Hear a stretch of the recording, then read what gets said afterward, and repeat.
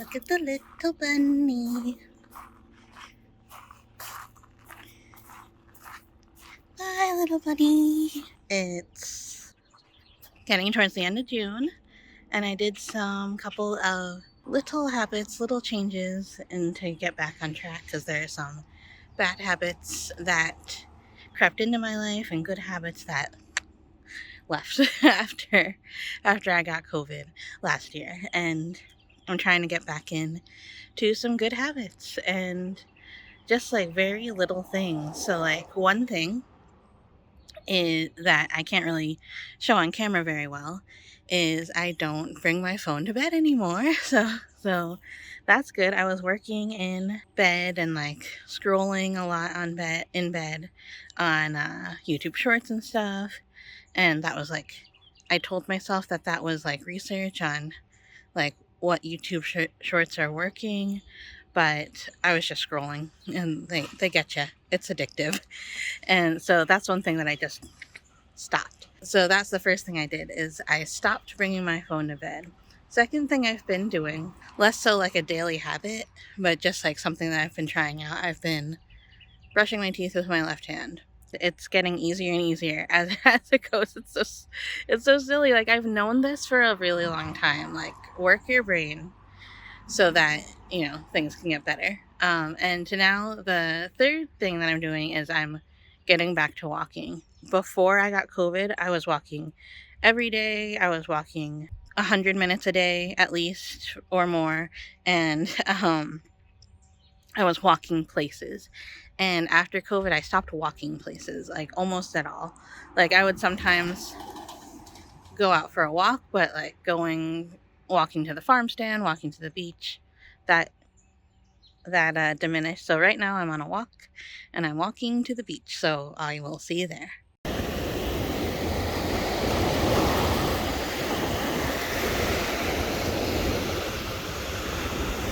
It's emptier than I thought it would be for 9:30 on a really hot day.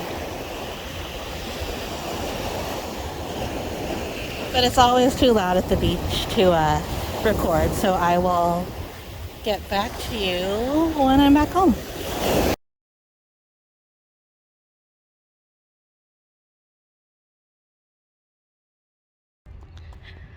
Something new and different about my walks, which is different from even the walks that I did before I got COVID, but after the COVID pandemic. So something that's different now is that I am able to walk by myself, like leave the driveway by myself, which I haven't been able to do for whatever reason. It's mental, and there's 100 things that could have led to that, but for whatever reason I couldn't leave by myself. So this was a big step. On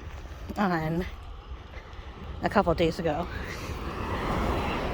the first day that I walked to the beach by myself was the first day I walked to the beach by myself in half a decade. I went a lot with my husband, but even though this is a walk that I've walked since I was 8 by myself, for a lot of different things, I just scared to be apart from my husband. So this is a big step. Another thing that's different is I'm not listening to music, because not only is it unsafe, a lot of the people here, I live in a beach place, so a lot of the people here don't really know how to drive, and they're only driving when they come to the beach. So sometimes it's a little bit dangerous to not have your ears on high alert. So I'm not listening to music, and instead I'm trying to listen to my mind, which is what I always used to do when I would stand in the waves like I did before. So yeah, little habits that are changing, and it's helpful. I like it. Look at how red I am on camera. I guess I'm that red in person. I'm a sweaty Betty. Anyway, the next habit that I've been increasing is my water intake, and it's also been helping me take my pills at a more reasonable time. Some days that I wouldn't feel like drinking anything or eating anything until like, 12:30, and like that is too long. And sometimes like the day before I had my pills 7 in the morning or something, so like it's too long. You're supposed to stay pretty consistent with your pills. Now I actually already took my medications earlier, so but yeah, drinking more water. I try to fill this up every day or more, and since it's been so hot, this one has been easy, and it's been like maybe I get through like to the afternoon and I have to fill it again, even if I filled it in the morning. But it is making it easier to take my pills and get on a better schedule for that. And I'm just like, I'm still drinking a lot of tea and stuff, but basically nothing else. Like tea, sometimes a nice coffee as a treat because it's hot, and lots of iced tea. That's what I've been drinking. My husband told me recently that they have been finding that people on SSRIs have a harder time regulating their temperature. So it's especially important to drink more water. So it's easy now. I'll see how I do over the winter, like to still drink as much water. So I'll try to get some sort of better measurement device later. I took a group therapy on intuitive eating in the summer of last year. And when I was in that group therapy, I was like, I know that this is going to be something that changes my life, but I wasn't ready for it to change my life yet. So hopefully I continue on these steps and it changes my life. So I learned in that class that I likely have a binge eating disorder. I knew I had some sort of like non-specific eating disorder, but like I described what I did, and the therapist there was like, then, and like everybody kind of like went through and said like their relationship with food. And the therapist who was there, she was like, some of you mentioned eating as self-harm, and that is likely a binge eating disorder. Like there's like, with group therapies, especially with online group therapies, there's no diagnosing or anything. um, so so she was like, that's definitely something to look into, which was great for me because I was like, I think whatever I'm doing is like totally unspecific, and it's unstudied and all that stuff. But no, it's just like something that I didn't know what I was doing was the same as what other people are doing. So I learned that, and then I also learned like some good healthy steps for intuitive eating, and then I didn't implement them for the whole winter. I just like, I knew what I was doing and I knew I was still binging, but like I wasn't able to tie it up in a nice bow, and like I wasn't ready. Now that I'm feeling a lot more ready, I'm able to implement it. So I was, over the course of the winter and to the spring, I was paying more attention to what it felt like, because I knew I ate in front of YouTube, I ate in front of the TV, I ate in front of, like, sometimes I read when I ate in front of something for every meal, breakfast, lunch, dinner. Like, no matter where I was sitting, no matter where I was, I had my phone with me and I could watch something, or I could listen to a podcast if I couldn't watch. Or like I usually, like, I would stop working and I would be like, okay, good, it's lunchtime. So and then I would sit on the couch in front of the TV and I would eat, and then I would like continue watching the show for however long after that. And that was like my break, and it took me less than 8 minutes to eat, no matter how big the meal was. And I just and that's how I was eating, and I knew it, and I knew that I was planning binges. I was purposefully thinking about like what I'm going to do to be able to binge later. The biggest thing that I need to stop is eating in front of the TV and eating with anything in front of me. So I'm trying to do it for at least 2 meals a day. And like I started off with just doing 1 meal a day, and now I'm trying to do 2 meals a day, or really just trying to limit the amount of time that I spend eating in front of the TV to just 1 meal a day. And I'm doing pretty good with that. That's a hard one to stop because it's also like a routine thing, like a thing that my husband and I do get together is we watch an episode of The Simpsons while we eat dinner. And so I'm still allowing myself the one meal, but I'm still trying to implement the intuitive eating, which is before, during, and after you're eating, you check in with your body and you just evaluate things. See how you're feeling, if you're hungry, if you're starving, if you like the feeling of the food in your mouth, if you like the taste of the food, if it's nourishing you. Sometimes you have to put some intellect into it too and like think like, okay, this is what I.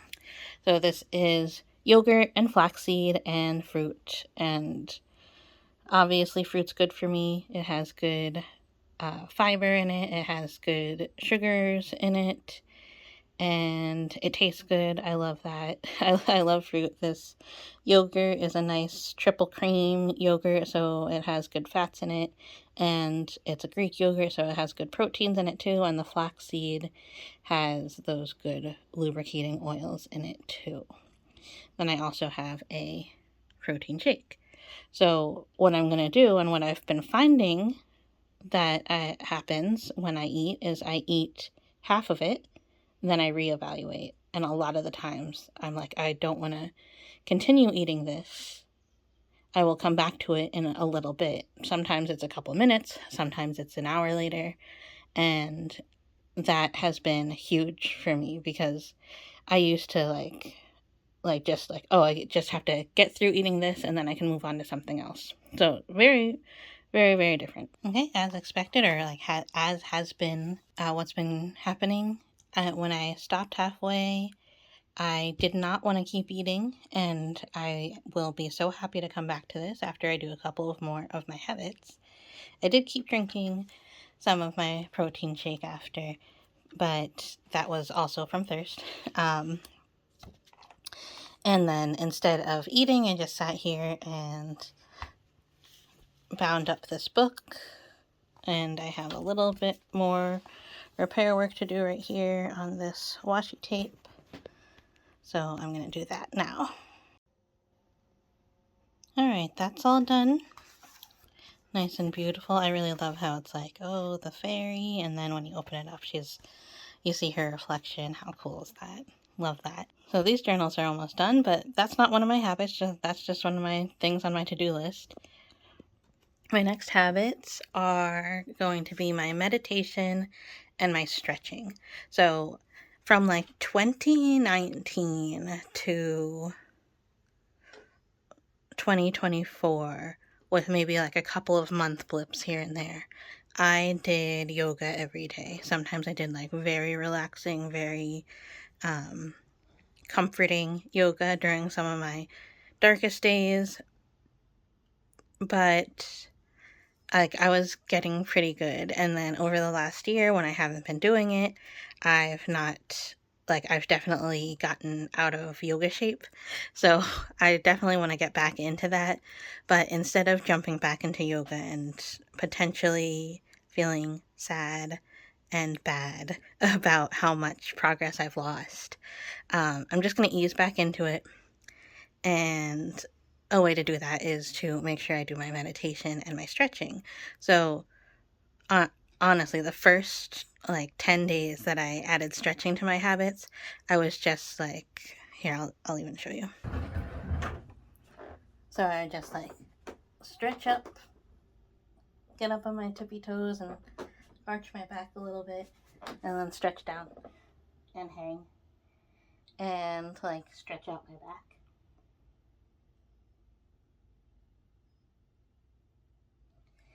And then stretch up.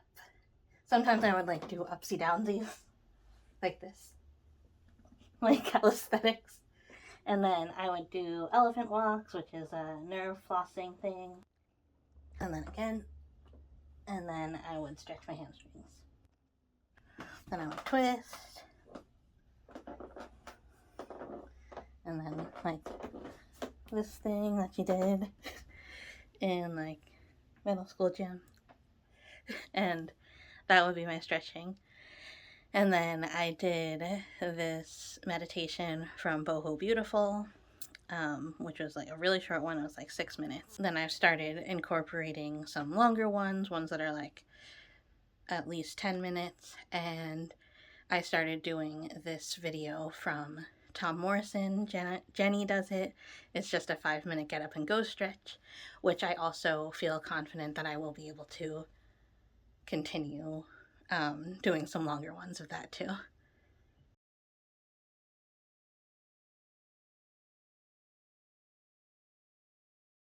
Something that I can't film, but something that I have been doing is making my shower cold, or even just taking a completely cold shower.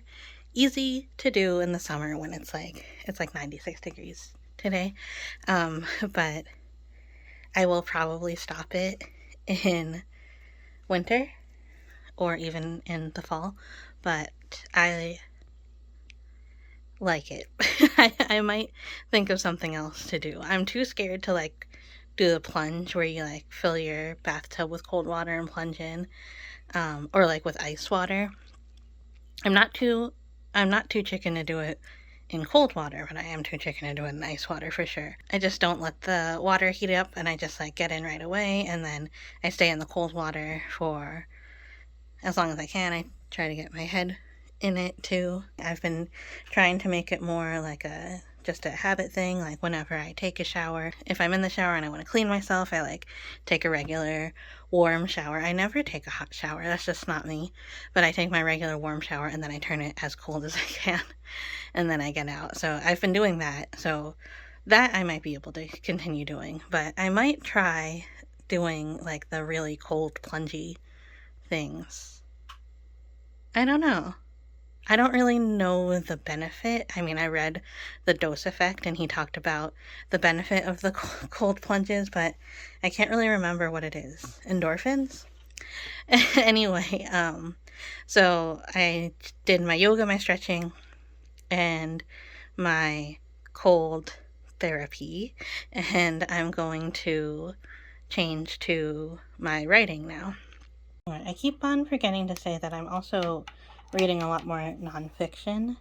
So it was actually a separate habit that I was tracking in the beginning, and now I just put it together with no phone in bed because they kind of go hand in hand.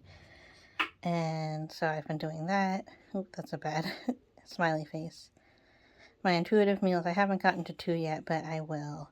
I think I'm actually going to stop tracking after this set of days because one of the books that I am reading is called The Hunger Habit. I definitely know this, that I am prone to either getting addicted to the tracking or I am getting very discouraged by the tracking. And I'm very prone to that. And like, this has been good and I love seeing the happy faces, but I think I'm going to stop and make my habits not something that I do for a reward, something that I do to feel good. So the way I've been journaling is one thing is I've been doing the steps of the hunger habit. Before I did that, I did the steps of the kindness method, and it involves journaling, therapy journaling. So I do that, and then I broke out my traveler's notebook again. So like this notebook that I have here, I actually was writing the very first book that I wrote, which I don't even consider a manuscript right now. It just kind of got me into the flow of writing.